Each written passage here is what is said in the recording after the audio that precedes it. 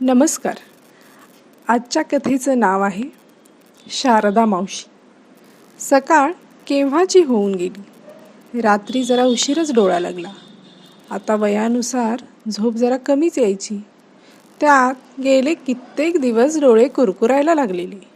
डोळ्यातून पाणी येणे, खाज सुटणे, अगदी थोड्या दूरच्या वस्तू धूसर दिसणे असा त्रास सुरू झालेला. त्यात घरातील सर्व कामे एकट्याने करायची आणि बाकीची शरीराची कुरकुर वयानुसार सुरूच होती. शारदा मावशी विचार करू लागल्या. जरा हळूहळू काहीच दिसेनासे झाले तर करायचे काय, असा विचार त्या सतत करू लागल्या. त्यांच्या जीवाला एक प्रकारचा घोर लागला. जवळही कोणी जिव्हाळ्याचे माणूस नाही. मुलगा परदेशात नोकरीला, मुलगी ही बँगलोरमध्ये IT कंपनीत. तिलाही म्हणावी तशी रजा मिळायची नाही. बरेचसे नातेवाईक ही दुरावलेली. आता करावे काय? दवाखान्यात आज दाखवून यावे असा विचार करत त्यांनी घरकामाला सुरुवात केली. घर स्वच्छ करणे, आंघोळ, देवपूजा, चहा नाश्त्याची तयारी करणे असा त्यांचा दिनक्रम सुरू झालेला.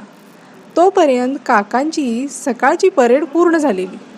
ते दररोज सकाळी जवळच्याच बागेत फेरफटका मारत असत. येताना दूध, वर्तमानपत्र घेऊन येत असत. मावशी आणि काकांनी दोघांनी अगदी काबाड कष्ट करून मुलांना शिकवली. मावशी प्राथमिक शाळेत शिक्षिका तर काका बँकेत क्लार्क होते. त्यांनी आपापले काम निवृत्ती येईस्तोवर अगदी प्रामाणिकपणे केलेले. मुलांना नामांकित महाविद्यालयात त्यांनी अथक प्रयासाने शिक्षण दिले. तशी दोन्ही मुलेही शिक्षणात हुशार निघाली. त्यांनी आपल्या आईवडिलांचा स्वतःवरील विश्वास सार्थ करून दाखवला. पण जसे शिक्षण पूर्ण झाले तशी ती नोकरीसाठी दूर गेली आणि काका व मावशी दिवाळी आणि त्यांच्या सुट्टीची वाट पाहू लागली. कारण दिवाळीची सुट्टी आणि कंपनी जेव्हा सुट्टी देईल तेव्हाच त्यांना आपल्या मुलांना डोळे भरून पाहता येत असे. शारदा मावशींनी कुकरला वरण भात लावला. भाजीच्या स्टँडकडे गेल्या आणि आज कोणती भाजी करावी हा विचार करून त्यांनी त्यातील 2 वांगी बाजूला काढली. ती तिच्या एका वांग्यात 4 फोडी करून पाण्यात टाकल्या. लसणाची फोडणी देऊन त्याची भाजी केली. 4 चपात्यांची कणिक मळून त्यांनी गॅस शेगडी कट्ट्यावरून खाली घेतली आणि बसूनच चपात्या लाटल्या. तोपर्यंत कुकरही झाला होता. त्यांनी त्यातली डाळ काढून वरणाला फोडणी घातली. सर्व खरकटी भांडी त्यांनी भरून ठेवली. घड्याळाकडे पाहिले तर 11 वाजून गेले होते. मावशींनी काकांना हाक मारली. अहो, मी लगेच आवरते, आता दवाखान्यात जाऊन येऊ, नाहीतरी केस पेपर बंद व्हायचा. ठीक आहे म्हणून काकांनीही प्रतिसाद दिला. मावशींनी आपल्या केसांचा अंबाडा बांधला. हलकासा पाण्याचा फवारा चेहऱ्यावर मारून त्यांनी आपली पर्स घेतली. घराचे कुलूप घेऊन दोघेही बाहेर पडले. कुलूप घालून त्यांनी चालतच मेन रोड गाठला. ते आता रिक्षाची वाट पाहू लागले. त्यांना दुरून एक रिक्षा येताना दिसली. काकांनी त्याला हात केला तसा तो म्हणाला, बसा. किती होतील? जोगळेकर डोळ्यांचा दवाखाना. 70 रुपये होतील, रिक्षावाला म्हणाला.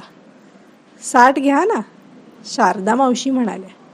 नाही नाही, कमी बिमी काय नाही. अहो, पेट्रोल किती महागलंय मावशी, कसं परवडायचं आम्हाला. असू दे चल बाबा म्हणत काका रिक्षात बसले. मागोमाग काकूही. 15-20 मिनिटांनी हॉस्पिटल आली. पैसे देऊन दोघेही हॉस्पिटलचे निरीक्षण करत करत आत आले. केस पेपर काढण्याच्या काउंटरकडे गेली. तशी तिथे बरीचशी गर्दी होती. एक एक करत पेशंट आपापला केस पेपर काढून खुर्चीवर आपला नंबर येण्याची वाट पाहत बसून राहिले. आता काकांचा नंबर आला. हा बोला काका, जुना केस पेपर आहे का?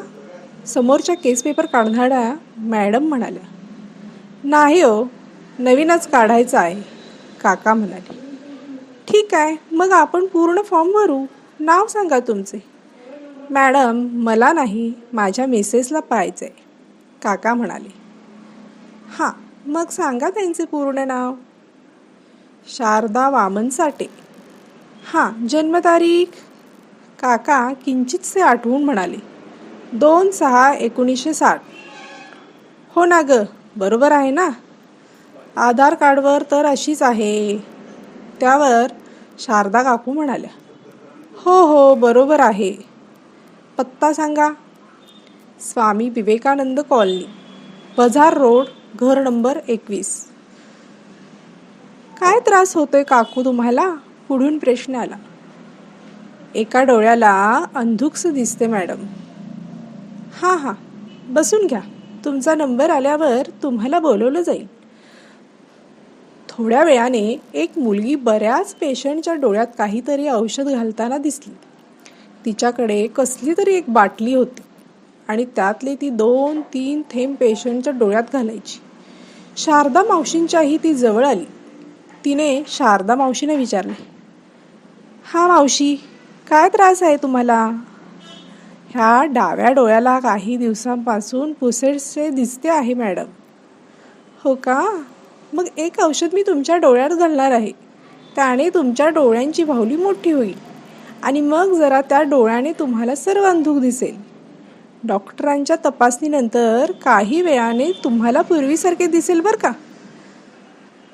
मग आता डोळे मोठे करा बघू, असे म्हणून त्या मुलीने शारदा मावशींच्या खालच्या पापण्यांच्या खाली आपला करंगळी शेजारचा बोट ठेवून थोडी कातडी ओढून आपल्या जवळील औषधाचे 2 ते 3 थेंब तिने त्यांच्या डोळ्यात घातले आणि त्यांना डोळे बंद करायला सांगून तिने आपला मोर्चा दुसऱ्या पेशंटकडे वळवला.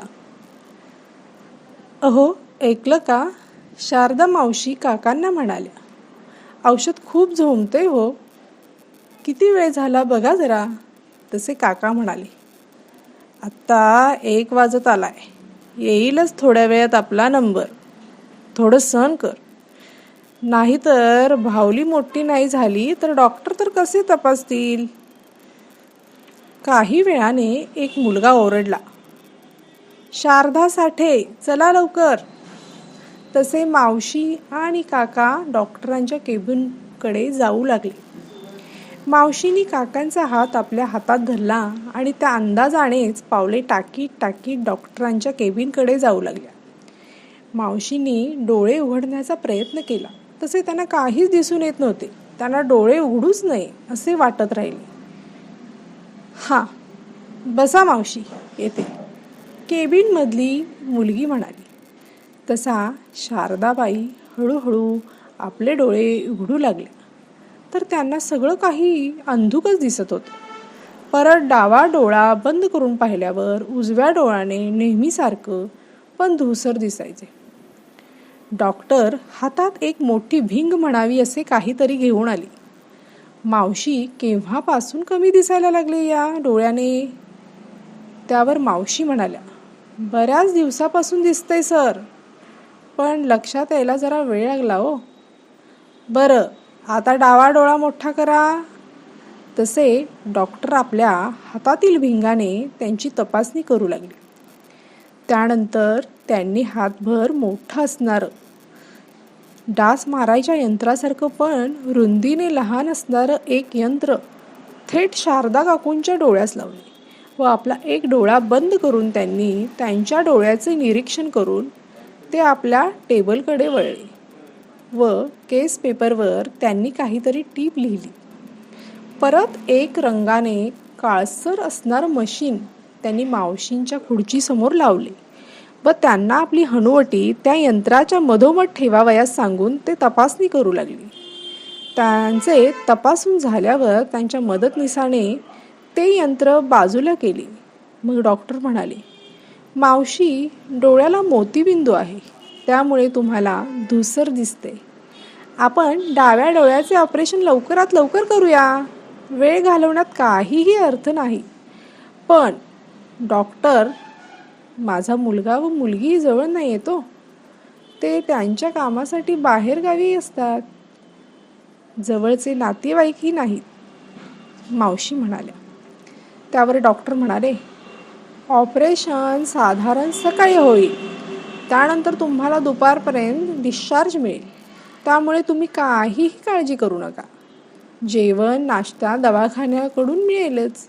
घरी गेल्यावर मात्र काही दिवस स्वयंपाक करू नका, पण तुमचं तुम्ही आपापले सर्व करू शकता. फक्त काळजी म्हणून काही दिवस विश्रांती घ्या. घरातील काही ओझ्याची कामे करू नका. मग कधी होता ॲडमिट? डॉक्टर हसतच म्हणाले,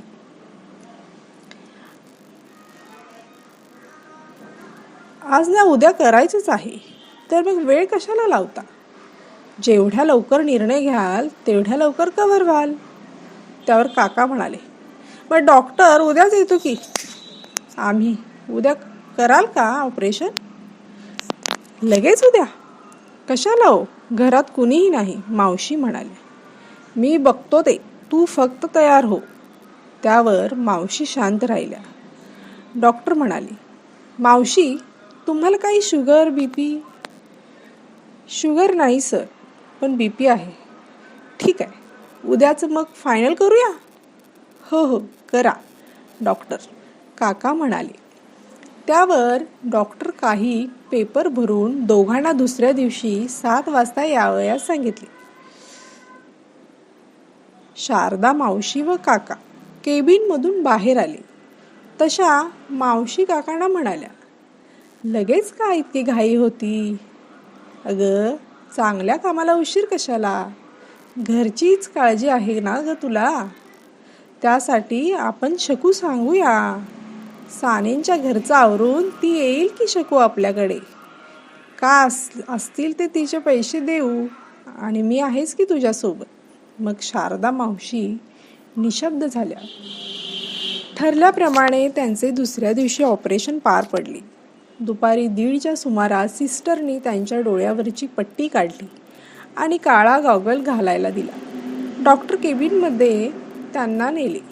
डॉक्टर तपासून काही औषधांचे ड्रॉप्स त्यांच्या डोळ्यात टाकले व म्हणाले, 15 दिवस डोक्यावरून अंघोळ करायची नाही हं मावशी, आणि TV प्रखर उजेडापासून थोडं लांबच राहा बरं का. बाकी मी औषधे देतो, ती जेवणानंतर 2 वेळेस घ्या, आणि 8 दिवसांनी परत दाखवायला या बरं का. डॉक्टरांच्या प्रेमळ बोलण्याने मावशींना अगदी गहीवरून आली. त्या म्हणाल्या, डॉक्टरांना म्हणाल्या, अगदी मुलासारखे समजावून सांगता की हो डॉक्टर तुम्ही. मुलगा जवळ नसल्याची उणीवही भासू दिली नाहीत. त्यावर डॉक्टर म्हणाले, अहो मावशी, माझे कामच आहे हे. तुम्हाला आता डिस्चार्ज मिळाला आहे, घरी जा आणि आराम करा. तसे दोघेही बाहेर आले. डॉक्टर देव माणूसच आहेत बघा. मावशी काकांना म्हणाल्या, नाहीतर एवढ्या आपुलकीनं बोलतंयच कोण? हो म्हणत काका काउंटरवर जाऊन बिल भागवून आले आणि दोघेही समाधानाने घरी परतले. धन्यवाद.